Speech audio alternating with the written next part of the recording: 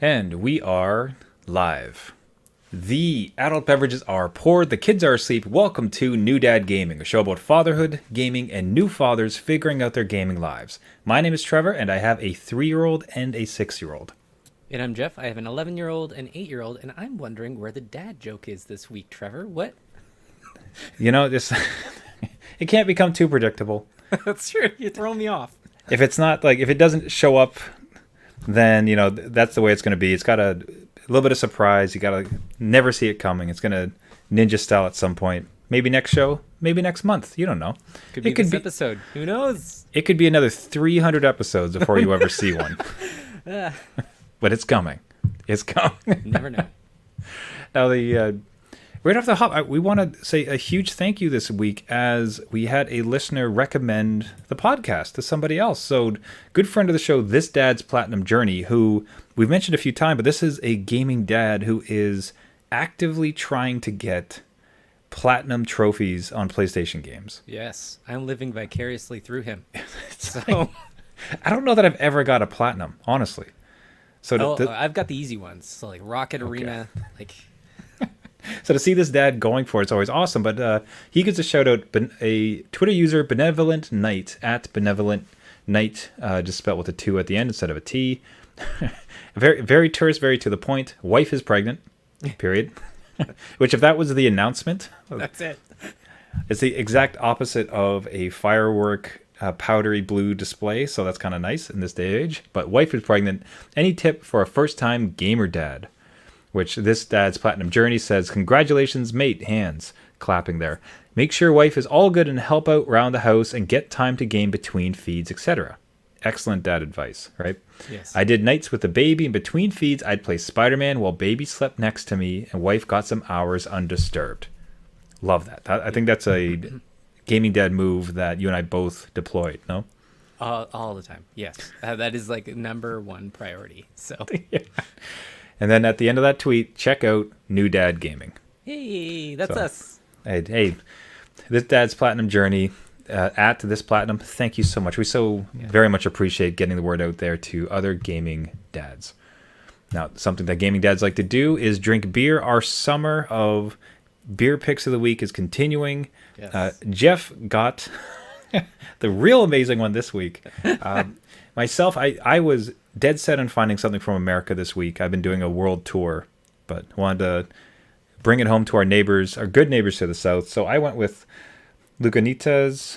Best part, they have a pronunciation guide on the bottle, which I appreciate. Okay. Lagunitas.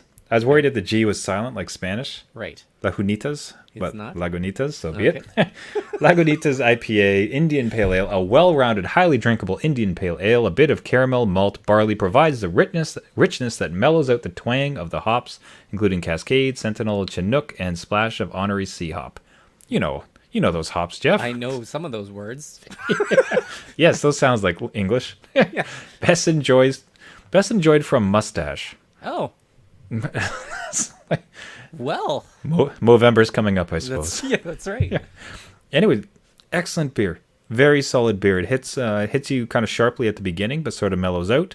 Leaves you with a bit of bitter on the backside of it, but tasty, delicious, great beer. I really am enjoying it. It's not something you would write an article about necessarily, but delicious, good tasting. You can tell that they put some good craft into it. So.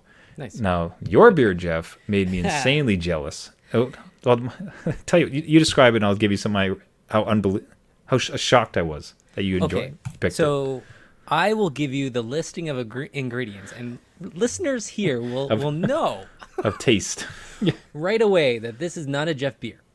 Okay, so prepare for an intense tropical explosion of zesty oranges, grapefruit, honey, and juicy bitterness. That's the anti-Jeff.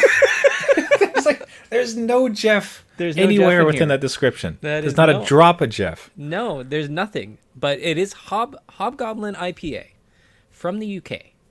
And I will say, Trevor, it is delicious. It is the anti-Jeff beer. I love it. It's so good. It just crossed the nexus. Like it went past. It's so anti-Jeff it became Jeff. That's right. Just like, yeah, like double negative on me. It's just like, no, it's positive now. It's great. I love it. No, it's good. I don't know what it is. Is the honey? I have no idea. but it's great. This is you right here. So that's what I'm so fascinated by this beer. I'm going to buy it this week. Okay. Guarantee it, because normally I would see tropical explosions, this oranges, grapefruit, the honey's so fascinating. I've never seen that in beer. Yeah, yeah. But juicy bitterness, like all those things really speak to me. But then to know that you liked it Yeah, because I would be running the insane. other way. I don't know. is insane. So It's witchcraft. which would I don't know. yeah? Well, witchcraft from Witchwood Brewery, See? based in the UK. That's amazing that you like it. Put a spell on me. I don't know. Nice. Well done. So, some good peers this week. And we actually had a good friend of the show, Damat, joining us this week. Yes. As we record this, we're actually a few days late. We just had some, as Jeff put it on a tweet, #DadLife hit us. We're a little late on the show. Damat, and that's at SCC_DA_Matt, says, Damat was going to enjoy this and listen to at New Dad Gaming while I made dinner, but I'm apparently caught up in that we were late for the show. He is holding, though, a Rogue Pumpkin Patch Ale. Ale brewed with roasted pumpkins. I mean, Halloween's coming. Here it is. Here's the fall. It's pulling the trigger a little soon. I was so tempted when I was choosing my beer this week, Yeah. but I feel like I'm going to hold off until October. We might have to end the year of beer or the summer of beer with some October ones, which is kind of nice. That's sunsetting it with the fall, right? Yeah. Yeah, I don't know. It's like one of those things where I'm like, let me get the kids in school first. And we'll go from there. It's my stress level from that. So yeah, no, I'm interested to taste what a pumpkin. I've never had a pumpkin beer, and now that I'm drinking this, that is apparently anti-Jeff beer that I love, maybe this is a new start. I don't know. It's a new year. It's a new Jeff. This is going to be great. So, anyways, hey, Damat, thanks for joining along. Thanks everyone else. These are beer picks. If you do have a beer pick you want to send along to us, toss it our way. We'd love to get some dad suggestions on the show. Now, speaking of Twitter and interaction, there was a really thought-provoking tweet I thought from That Old Gamer Guy, at That Old Gamer Guy. As he writes, any other 30-plus gamers ever worry about getting too old to identify with characters in games? As more developers go the Saint Rose route and focus on appealing to the late teen crowd, I wonder if our generation will be left behind as developers/publishers. Just thinking aloud. Yeah, no, again, great thought. I hadn't really given it too much thought just because there's so many games out there now, and the indie kind of field of all the games, like there's just a ton of different games in different genres popping up. So I wasn't sure if we're being left behind, but I can see where, the games kind of that you grew up with might not be in play or as popular in this kind of world we live in. Like everything is just so detailed and people harp on everything to be perfect, whereas you kind of used to that jankiness and maybe more mythical characters or something. I don't know. Yeah. Now, are you finding you're seeing some of the trailers? I mean, we have a trailer up for the new Saints Row, which was kind of the impetus for the tweet. Yeah. Are you finding with their interactions, how they speak, like any of the kind of personalities of it kind of leaving you behind, as in this is definitely youth focused, youth culture? Is that hitting you at all? I will say what's weird for me is having more and more technology in the world. So, and I think we kind of talked about this before the show. Anything with like a cell phone in a game for me it disrupts that suspension of disbelief. And maybe that's because it's so close to technology and I know what that brings with it. I'm like, oh, that guy would not be driving with his cell phone. He'd be checking his tweets at a stoplight. Do you know what I mean? Like, you're just starting to think in that way. That's kind of where I'm coming from, but I don't really care much about Saints Row, just as an example. I never did. I understand it. Like I know a lot of people do. And I see that they've taken a different direction with Saints Row, and a lot of people don't like it. And maybe that's the issue, where this isn't just another redo or an iteration of Saints Row. They're bringing it back to something that might be a little bit more, dare I say, Fortnite-ish. Do you know what I mean? Like that kind of mentality or that, playfulness. So that's, what do you think? That's a bit more where I'm coming at it from, where it's the interaction of it that is a bit more to the current times, like a wave of methods that people interact with games that have kind of passed us by. The way I think about it is when I was first trying to get into Fortnite just to check it out, it was so bewildering for me as an old man. Like like what is this lobby? Like what is all these different modes? Like why are there skins? What do you mean? There's a wait a minute. Like I bought the game, but there's like a pass that I also pay for that just gets me skins. So I'm paying for a pass just to get a skin. Okay, now I'm in, but like people are typing certain verbiage that I'm like I have no clue what the heck you're talking about or how to understand any of it. So for me, it was more towards. I think I really hit that a bit with not Saints Row, with Fortnite, whereas the way that the gaming is now interacting with the players itself, where before it was very much a solo or a couch co-op type of interaction. You and I get together, we're going to play Diablo 2 on the one console and kind of grind it out. Yeah. I'm going to go back into my room and play some Final Fantasy 7. Right. That's what gaming was. And now this like vast, massive social aspects to it. Like, and think Minecraft. Think about a gamer dad ripped out of the 90s and plopped in front of like trying to figure out a Minecraft server. Yeah, and I've seen glimpses of that with my kids, going through the Minecraft servers, jumping on loading their own mods. So they're into modifying their games, which to me as an old gamer, oh God, I'm saying old gamer. I'm not. No, I old refuse. Dad Gaming. It's a new show. No.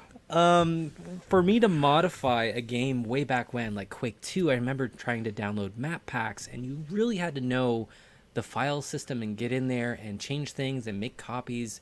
And if it didn't work, you were screwed. Or like you had to like download the whole, not download, but like get the floppy disk out or whatever it was and reload it in. I'm so used to saying download. Download didn't exist. Like it didn't exist. But now people are, they work all these windows and servers and mods in the game, and it's all accessible like immediately, and it's kind of like in your face all the time. So it's interesting where that interactivity is in a different space that we're used to.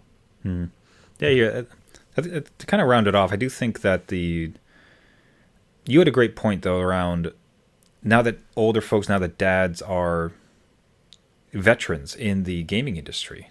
I think those are kind of experiences that they're going through, and that's ones you're starting to see come out, where it's games about It Takes Two. Yeah, I think it's about like two parents and like kids. There's some of that in a few games. Unraveled, I think, had some parts of that.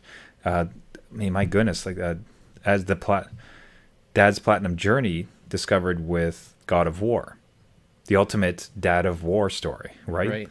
Like that type of tender, fatherly interaction and situations that was put into an amazing action game that you could also really get into. I'm almost kind of curious there's going to be sort of I want to say flippant. That's not because I don't mean to degrade it. I mean fun, like exciting, kind of enticing things like Saints Row that maybe it like leans a bit more on youth culture. As far as there'll be something reminiscent of TikTok as you're doing your stunts within Saints Row. And I don't know that that's going to be beyond us dads to enjoy, just as far as like, I'm a sexy elf in Warcraft. I might as well just be a teen, a late teen inside of Saints Row. I think we can do the disassociation. I suppose I'm more excited about the idea of stories of fatherhood, adulthood, of growing, kind of the phases we're going through, because as the game devs are coming along with our same age, right? Yeah, absolutely. And even into different spaces where there's struggles with like mental illness and different representation that way, right? Real problems that I think a lot of dads can, relate to, or at least adults can relate to, where, that is something that is a part of their lives, or they're dealing with it, right? So a lot of that representation is coming out in games and having to deal with that through games. So that's kind of cool to see too. Yeah. I mean, not to have a downer one, but there was the game, That Dragon Cancer, I think it was called. Yes. Right. Which to explore those type of themes through gaming, like it's fascinating. It's interesting. I don't think that necessarily ties in with our dad conversation, but it's that all the different type of experiences that us as adults are now going through. It's kind of cool to see it make it in, and I'm excited for it. I think we'll continue to see it because the gaming audience is no longer just teens. It's you know what I mean? Like it's Yeah. there's adult gamers, there's amazing adult podcasts about gaming. So Right. right? Right? Guys, right? Anybody? Yeah.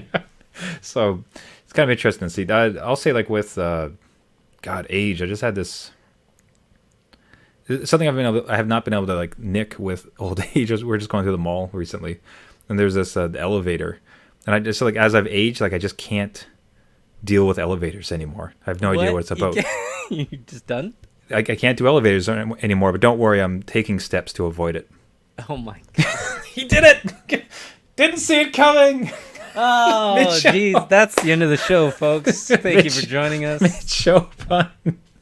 Didn't see. I gotta get a soundboard just for Oh my god. when I pull that off. I'm glad it was a joke because I was about to like. It's like, yeah, you can't do elevators. I mean, like, how old are you? Should you be driving? I'm not sure. Like, wow. Okay, bravo, man. I don't know. Whew, it's a bit of a Coming up stretch. I on the wasn't, board. weren't sure you're gonna follow it. It's good. Yeah. All right, now I am an old man. I do have kids who play games. As a previous episode had mentioned, though, my older had brought in the younger, and the two of them were just self-sufficient, and I Right. found myself being booted out. I was not allowed into the game anymore, and they were just kind of having a great time. Which is like, hey, I got some time to like clean up and get them ready for school the next day. But it's also, oh man, my game, Yeah, hey guys. my gaming buddies. What happened? Back in. Yeah. I was good to. And speaking about, I'm back in, baby. Oh, I'm okay. in. That didn't last long. Okay. You're back. It was. So I guess they kind of got over the initial thrill of just the two of them, and now they started to invite me back into the game. So it's so it's very much, hey, well, can you come play with us? Like, hey, can you play with both of us after supper? Can we have a game? So starting to get those pulls back in, which has been just so great. I'm so happy, man. I'm back in the zone. It's except now it's like three of us playing through games. Right. And you're still winning, right? No, God, no. No, It's still a lot right. to- So, it's been every race in Mario Kart is contentious. Like, here's what I did. I chose the exact same guy and card as him. I did everything the same because my theory was, okay, let's see if it is a cart discrepancy. right. And no, it was like he won two, I won two. It's competitive. I'm really that bad. / he's really that good at Mario Kart. That's See, I'm been trying to put the rest- figure out if, like, they invited you back thinking that you practiced.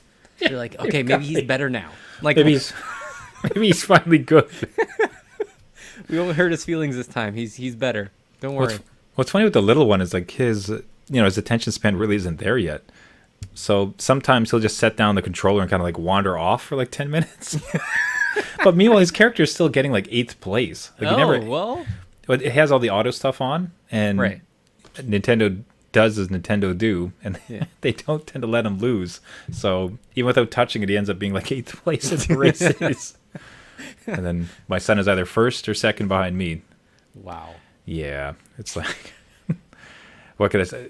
So that never resolved. But what has resolved, though, is I'm getting invited back into it. So it's been Good. awesome to play with them. Do you have memories of when you first started to play with both your sons in game?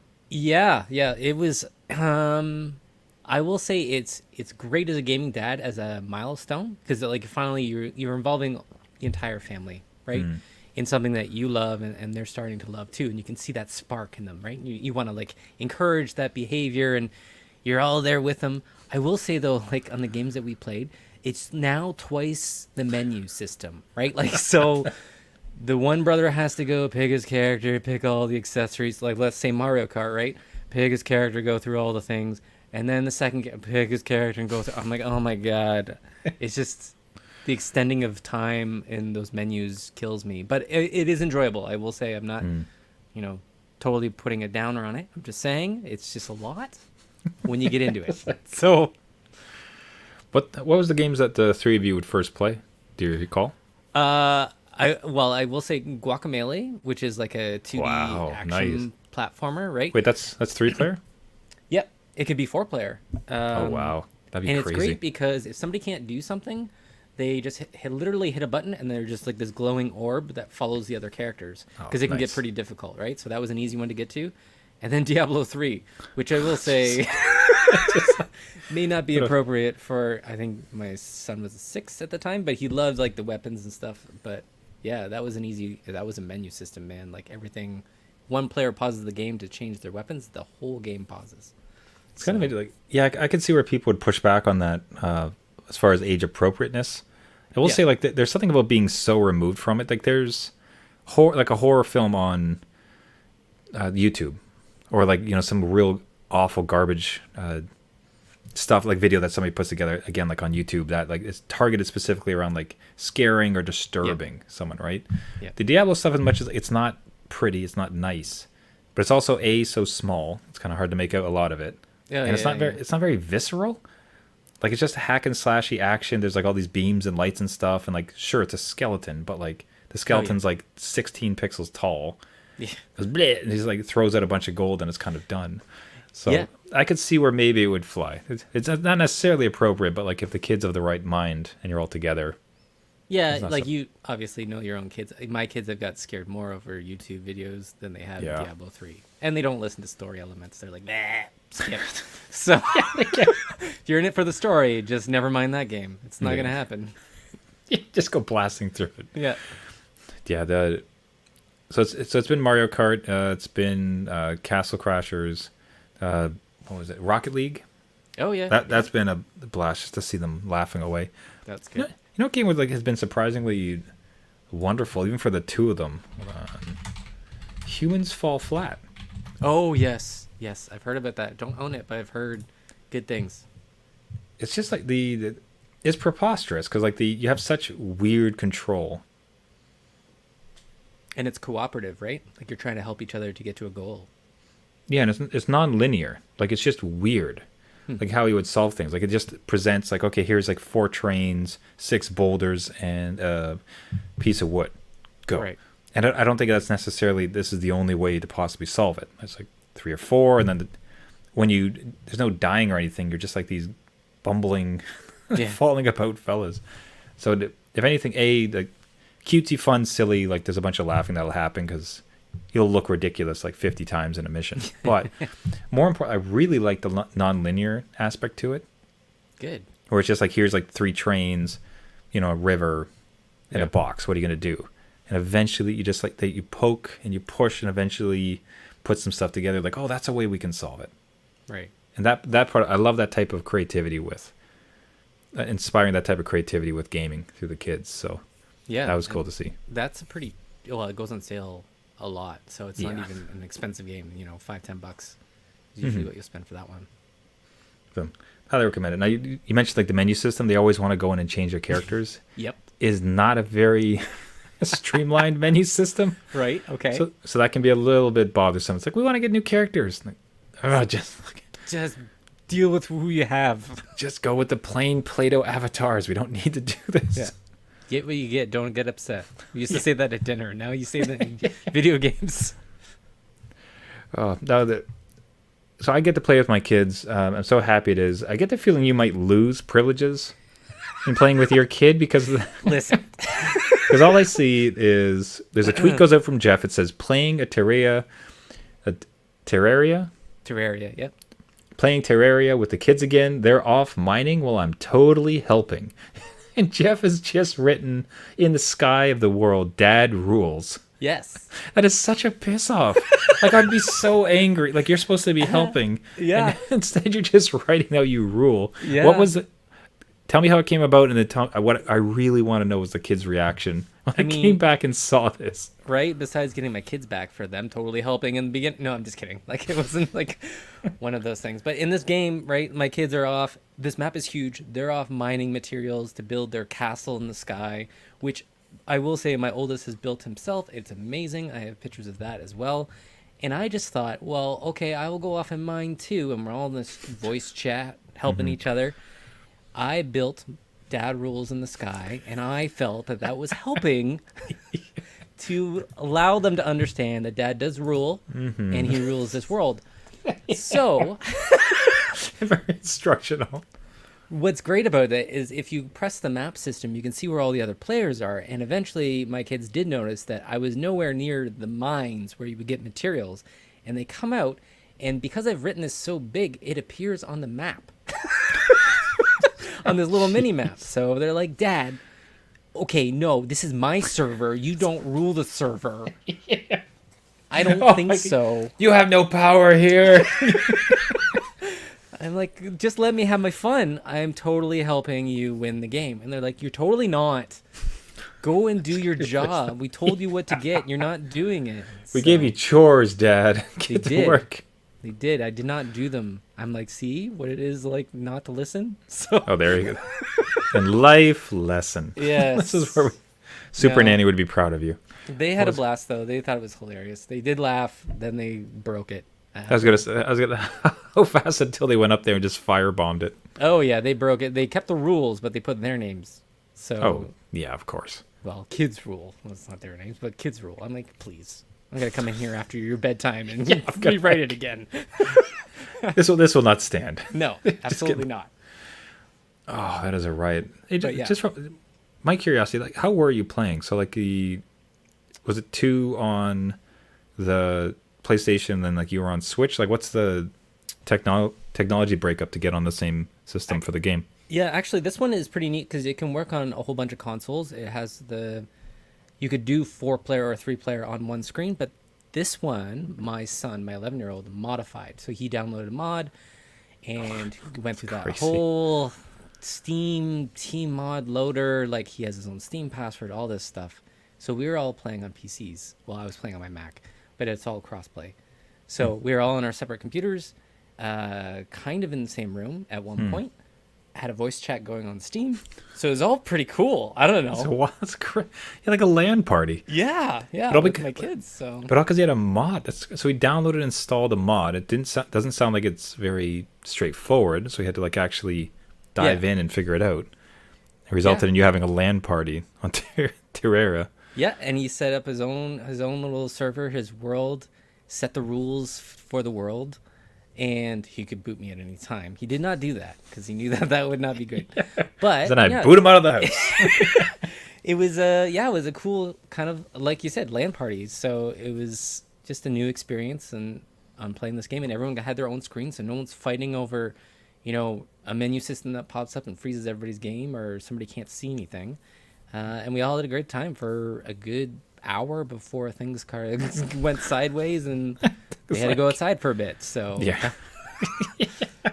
Before things degraded as they always Yeah. do. yeah. So Oh, no, it was amazing. good. It's a great game. Again, it's like a cheap $5-10 game. So highly recommend Terraria. Yeah, I might check that out because mine had been trying Minecraft, but it's definitely too complex for the little one. Yeah, it's a 3D aspect, right? Like this is totally 2D. Like I don't think he's gonna get it necessarily, No. but he just like I think he'll have a little bit of an easier time traversing the world. You could write things in the sky. That's all he could Just do. like- He could just do happy faces or, kids rule. Dad is just happy to be here. Exactly. Oh, and speaking of being here could be the new home. And we got a very interesting tweet that sort of spoke to us because of, we have been in this market as well, but from Matthew, we get and that's at HEW171. Any other dads out there felt completely overwhelmed with buying a house? Loan terminology and paperwork. This is not my area and trying my best so wife doesn't get overwhelmed, but man, I am stressed. Home inspections didn't go the best. Needs all new windows.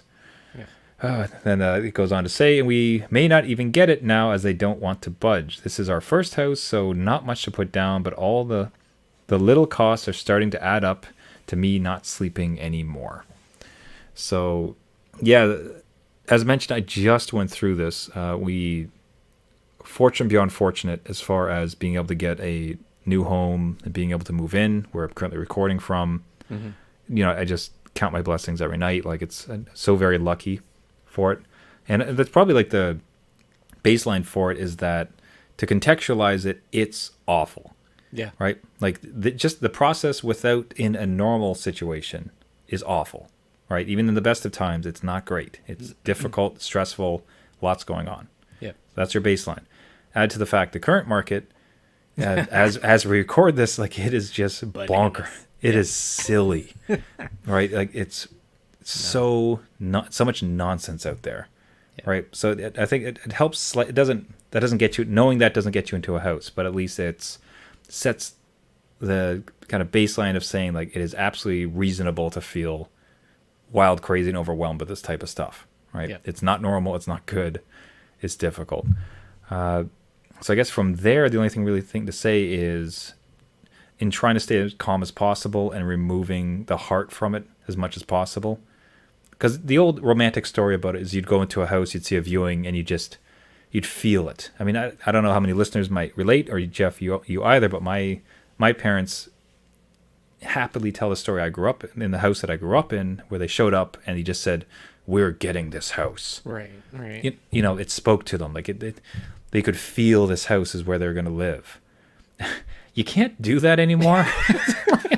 That's very much like a situation of our parents, because now I remember we bid on, in this current process, I think we had 4 or 5 bids before we finally got in on this one.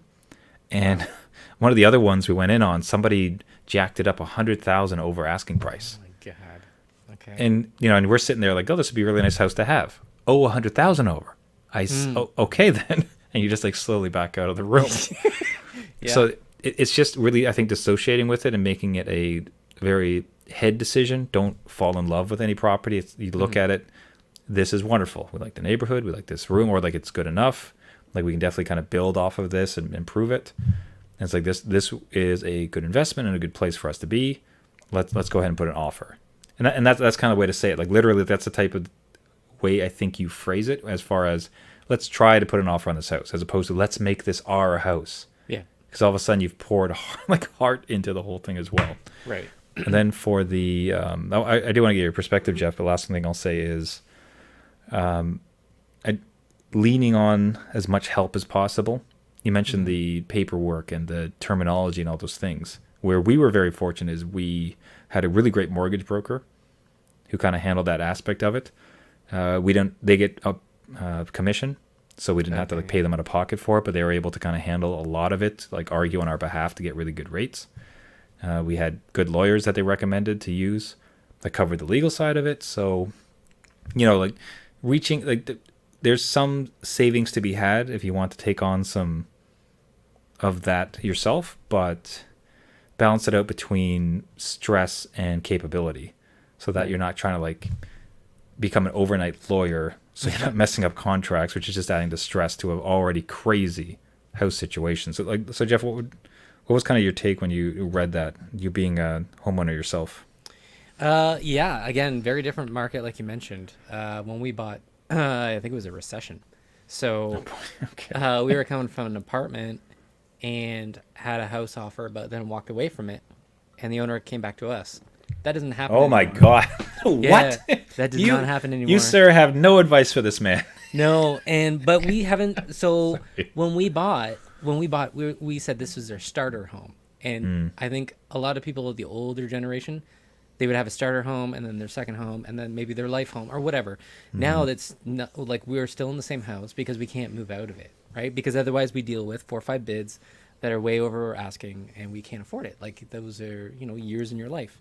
And I will say, like, just to piggyback off what you said, like now's the time to call in the favors. So if you have anybody that owes you something or doesn't owe you something, or you could draw on their experience. If you know a terrible secret about somebody.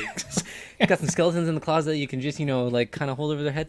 No, but like if anybody has like in the family those skills or has been through the process and can like, help you out, now's the time to like, just candidly mention it to them, because you like now's the time to ask for help and get through it.